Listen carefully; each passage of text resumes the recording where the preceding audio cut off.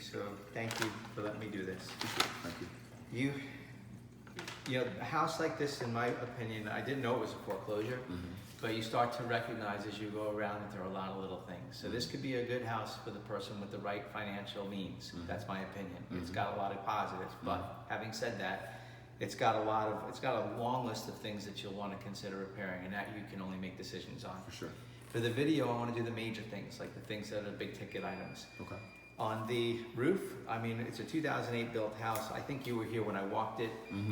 It was pretty comfortable. The only thing we have is some damage above I think it's the southwest corner, where maybe Hurricane Irma blew a couple shingles off, and there's a little bit of shingle damage there. Okay. It's a small section, Is that going to stop, that noise? Probably, I don't know where it is. That's this dishwasher, probably. Okay. But anyway. It's an off button on top, you see Yeah, it? it's telling you it's done. It's letting you know. So that's the only thing I had on the roof.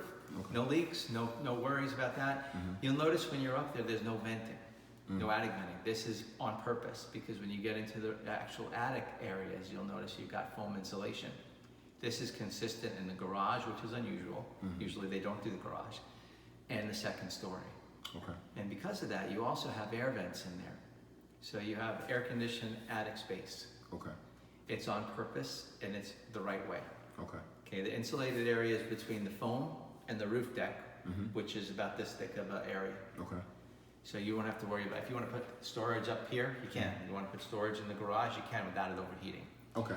Wow, that's pretty nice. This is a pretty nice, it's not a standard insulation by any means. It's not what is typically done, especially in 2008. Gotcha. You're starting to see it more now because Right. it's more of a modern thing, but in 2008 it was almost unheard of, very rare. Okay. So those areas look good. Now because of that, I thought I wasn't going to be able to get the wind mitigation specs, but guess what? There's a little area that is not insulated right above where the patio is. Okay. So I got my body in there and I laid down and I got the specs. I got the straps, I got the nails, I got everything I needed to do with a wind report in the event that you need it. Okay. In these situations, it's like you have to write it off as no access. But then I saw a little beam of light. I'm like, look at that. So we got it. The roof is a hip roof. That's a really good thing because the shape of the roof is really good for skirting wind. Okay. It's good for you and it's good for insurance for two reasons. One, because it's less likely to become damaged from wind. And two, your premium should be lower. Okay. Okay. They can see that with Google Earth. They don't need me to tell them. Gotcha. Okay. Electrically, I think overall the main components check out good. You have 250 amp service panels here on the outside garage wall. It's on this side of the house. You turn both of them off, all the power should go off to the entire building. Okay. The wires look good, everything looks good, and as you come inside, you got two sub panels or service panels. Those are where all the breakers are. Sure. Have all the right breakers in place. No, it doesn't look like there's any goofs going on there, and all the wiring looks good. Okay. So there's no issues with that. And the brand of panel that was used was Square D, which is one of the top brands or the most common brands. Okay. Okay. The electrical items that I do have is about maybe 8 of them or so, and they revolve around GFI receptacles without power that aren't resetting when you test them or aren't tripping when you test them. The most important one is the one for the septic. That is not energized right now, meaning if you don't fix that right away, that when you move in a matter of no time, because it's not ejecting the water, you're going to back up. Gotcha. Okay, so that's the priority electrical, even though it's not septic, it's related to septic. On that note, moving to plumbing, you have a lot of little minor things. I got like a leak under this sink here, a leak under the upstairs sink, a toilet in the master not flushing right. I itemize them for you, but I think that those we consider them fairly minor repairs. On the major side, the only thing I want to recommend from that standpoint is that the well get done because the pressure is really low. Pressure's low. I checked it at multiple locations, both at the well itself. We just had a well inspection. They said everything was fine. The pressure at every place I took it was under 40 pounds per square inch. That's not, yeah. It should be about 50. Well, 40 to 80 is normal. Okay. 60 is optimum, but you usually get 60 to 65 on public. 40 to 50 on a well is what I'm used to seeing. And no matter what I did, no matter how much water I ran, pump came on. The highest pressure we got, I think, was about, and I got it all recorded, about 25, maybe 35 PSI. So it was kind of low. So that's something I think that could be tweaked. That's usually the case. And also because no one's living here, no one would notice this, you know. If they inspected it and they didn't check the pressure, then everything looks fine and the pressure's low up. Okay. All right, and I'm sure that they'll probably come out and check it, and it's a matter of adjusting. On the septic, I mean, I didn't have any problem with drainage, but that well pump isn't able to work without power, so that would be something to check. Make sure that when the receptacle is replaced, that you verify the pump is working. Okay. I'm sure that's probably working, but it's, from my inspection, I can't tell you. Shouldn't, okay. Go ahead. Two shouldn'ts, it sounded very serious. Well, no, because I thought we just had an inspection on the septic, and shouldn't have been something that if the pump's not working back there. They didn't catch it because there was power to the receptacle before it was tested. Okay. When it was tested, it trips but doesn't reset. And that's a faulty receptacle. So now that what was feeding power to that when they were here is no longer working. Okay.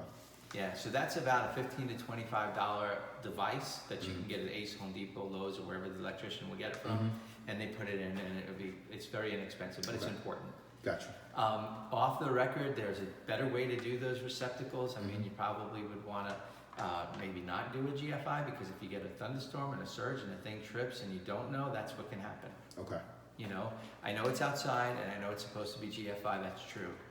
All right, but there are some things you don't want on ground fault. What's a better way to do it then?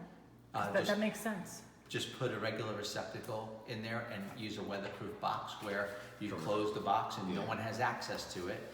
Meaning the reason it's GFI is if someone unplugs that and plugs in lawn equipment, they want it to trip in the event that someone gets wet with the electrical. Right. If you use a regular receptacle and you put it in a box and you close that box up, there's no tripping, and there's no one that's going to accidentally go in there and start plugging in things. Gotcha. Okay, that's just, we all recommend things like that for refrigerators, for freezers, things where you don't want the power to go off as a nuisance trip. Gotcha. So other than that, I mean, the materials all look fantastic. There doesn't seem to be any problem with the materials. No issues with that at all. Moving on to the air conditioning. On the air conditioning system, we have both systems working, but the downstairs works intermittently. It hasn't been well maintained. It's been a little neglected. You can see that down here. When it cooled, it was cooling at 18-degree split, which was good, but when we switched it to heat, it didn't come on. When we switched it back to cool, it didn't come on. So something, maybe a fuse blew or something like that, so that'll be noted as such. I think the fuse repair is very simple and easy, and then I think that the fact that it was cooling at 18 degrees is functional from my end. It's just we have to figure out why it's not coming back on. Great. The upstairs unit did heating and cooling just fine, but again, this one split at 15 degrees, which is right, it's within range, but the lower side of the acceptable range. So we probably should service both of these. Okay. All right, but the systems are Rheems. They're usually great brand. They usually last a long time. The downstairs 4-ton, that makes sense for the size, and the upstairs 1.5-ton, that makes sense for the size. Okay. All the ductwork looks really good. No issues with that. And structurally, I think that one crack is the one we want to get looked at, just because. Do you want me to show that to you so Yes, you can see? I would like to see that. Let me show that to you so you can see what that looks like, and then I'll wrap up with you. Okay.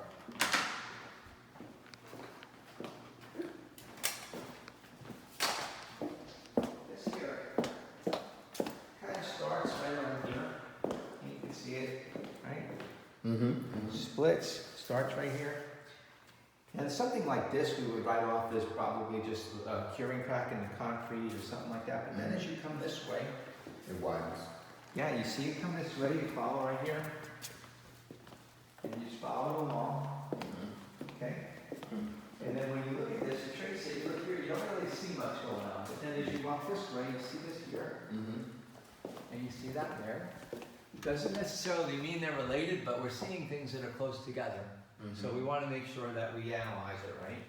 Same thing here, as you get into here. You put a light on in here?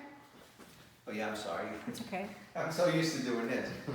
You see this here? Okay, and then, sorry. It's hard to see on the camera, but I got it now. Okay. It is really hard to see. On And then when you look at this one, you see the crack. Well, let me get up here. I'm going to get up here so you can see it. See that? Okay, I don't think it's right in line with where the other cracks are. Then you look at the corner, and then you look at the corner. Okay, so I don't know for sure if they're related, but I don't like the idea that they're all in the same area. Converted Yeah. Here too. Yeah, so let's just say it, let's have him look at it and give us a thumbs up or thumbs down on it. Uh-huh. You know, that's it. Other than that, structurally, it seems pretty solid. It's a very unique building because outside, the way they did this, it must be super well insulated. They probably insulated all the exterior walls. Because when you go out So I there and guess you can grab you that. bang on those exterior walls, this feels like wood, Yeah. but it's block. Right, so they're thicker on purpose, so you probably have a really good efficiency in the building. You got double pane windows, foam insulation, and you got some kind of insulation, probably foam on the inside walls. So I think that from the standpoint of like the potential for the house, like I said initially, it's there for the person with the right financial means. Sure. If you're coming in with, The cash strap is in place. that's it, yeah, see, I'm very long-worded, so thank you. So that's what I think. I think AC just needs tweaking. I think you're probably fine on those. The roof looks good with the exception of the northwest corner. Well pressure needs to be up. The softener system hasn't been maintained in a little while, so that's just simple stuff that goes with Sure. it. Receptacle, the most important part by the septic, so Uh-huh. that you have that under control. Sure.